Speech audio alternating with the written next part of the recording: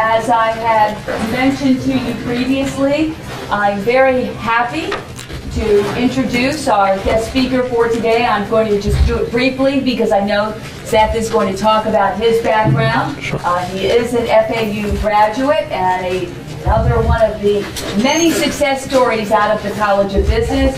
It was my pleasure meeting him several weeks ago and then finding out we had FAU in common, and of course my first thought was my students and thinking, maybe I could snag him to be a guest speaker, and he kindly agreed.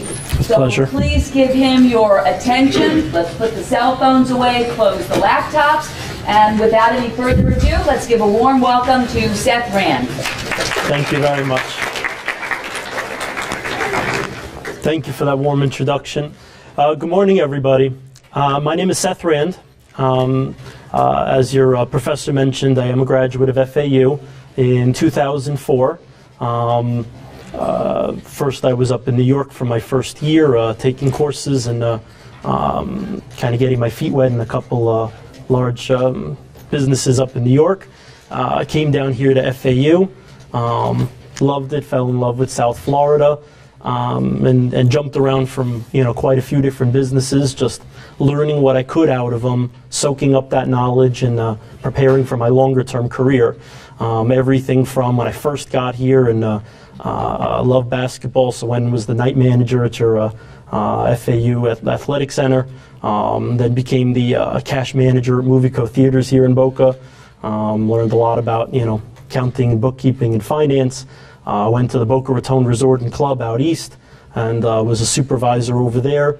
And by the time you're done, you pick up a lot of pieces of knowledge and have a very educated, experienced, young person ready to go out there and say, hey, not only did I learn this in school, but here's what I can do. What I'm going to talk to you about today primarily is internet marketing. Internet marketing covers a lot of different things. My personal specialty is search engine marketing, but I'll break that down for you in a moment. The big difference between what I do and what it is that you're learning in your textbooks now and over the next year or two as you get your degree is that traditionally, over the past few decades, there were certain mediums that people use to market their businesses. TV, radio, newspaper advertising, magazines, direct mail campaigns, and such. Of course, with the explosion of the internet, more and more businesses have moved their marketing budgets away from the yellow pages and more traditional types of advertising and move those budgets into the internet. When we talk about internet advertising, 91% of all people that go to the internet to look for something go to a search engine. Of course, Google's the big boy in the industry with about 66-67% market share, followed by Yahoo, and then MSN, which is now renamed their search engine as Bing. With that in mind, there are only two ways of coming up at the top of the search engines. The first way is through pay-per-click marketing. That's how Google's got a stock at hundreds of dollars and making give or take $20 billion a year in profit. If you wanted to come up on the top of the search engines today, I could, open up the computer, set up what's called a Google AdWords account, or on Yahoo, a Yahoo Search Marketing account, or on Microsoft, an MSN Ad Center account, and with a whole bunch of different criteria, plug in that business's information, and have the ads up and running within a few hours on that search engine. Some of the different criteria that you should be thinking about when trying to do search engine marketing will range from the geo-target area of the campaign, what area the ads are supposed to run in, the demographics, who you're trying to reach. Is it mostly male or female, older or younger, more affluent or lower income, and such. You then get to put together the ad text variations. A key factor in the success of a good search engine marketing campaign is what's called the click-through rate. Whenever you search for anything on Google, for example, you'll see there's lots of sites to choose from.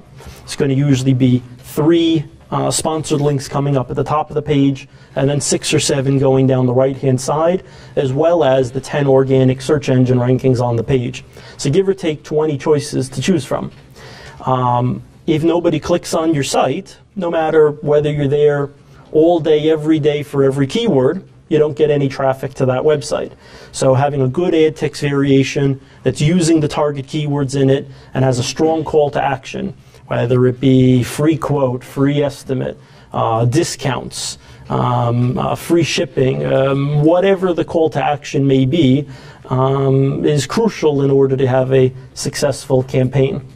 The next factor to keep in mind is what I call conversion rate. Let's say we get all these people to your website. We'll make up a number, 100 people a day.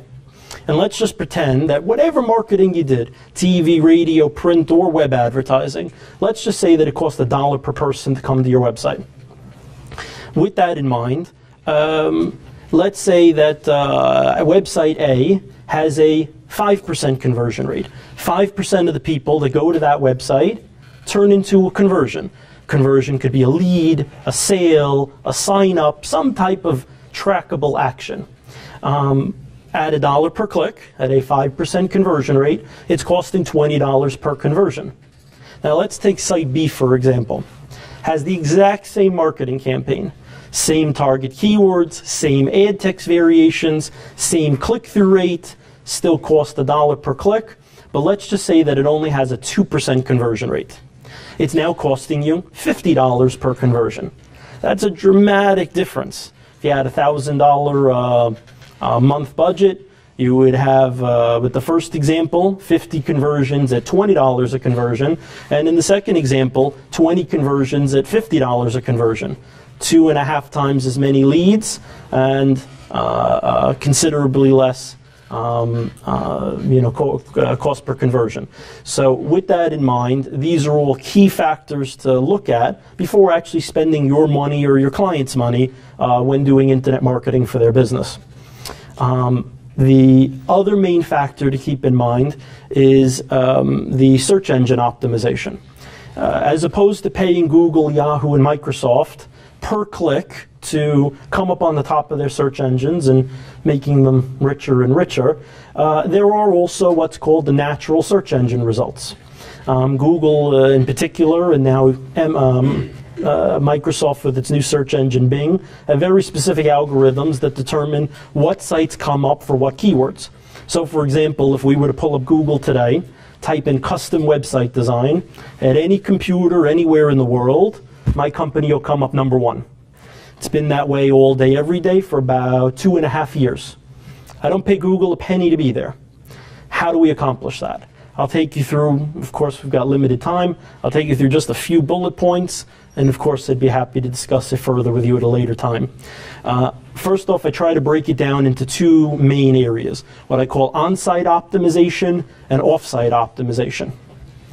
I usually try to relate it to an interview. If you were going to go on an interview somewhere, what's the first thing that somebody's going to look at? You're going to walk in the door, you're going to greet the person interviewing you, and they're going to take a look at you. How did you dress? How do you look? How do you sound? What's your appearance? That's what I'll consider the on-site optimization. How big is the website? How is it coded? How is it built? Not just graphically, but the HTML, CSS, and programming code that actually built the website. The content of the website. For example, the file names of the images. Does the JPEG called image1.jpg, or let's just take my company as an example, does it say custom website design 1.jpg? The content on the page and what's called the keyword density ratio of that content.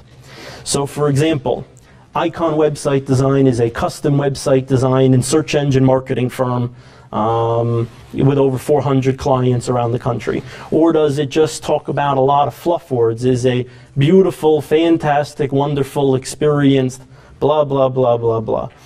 Those kind of words is not what the search engine's looking for and not what anybody's typing in. So the content on the site has to use those target keywords in order to say, hey Google, this is what we belong coming up for. There's things called sitemaps. Google wants a sitemap one way, Yahoo wants a sitemap another way, and many other factors on the site, title, meta tags, alt tags, etc. Anyway, first what we get done is that on-site search engine optimization, get it out of the way. It's kind of like me getting up this morning and putting on a suit and tie for the first time in I don't know how long.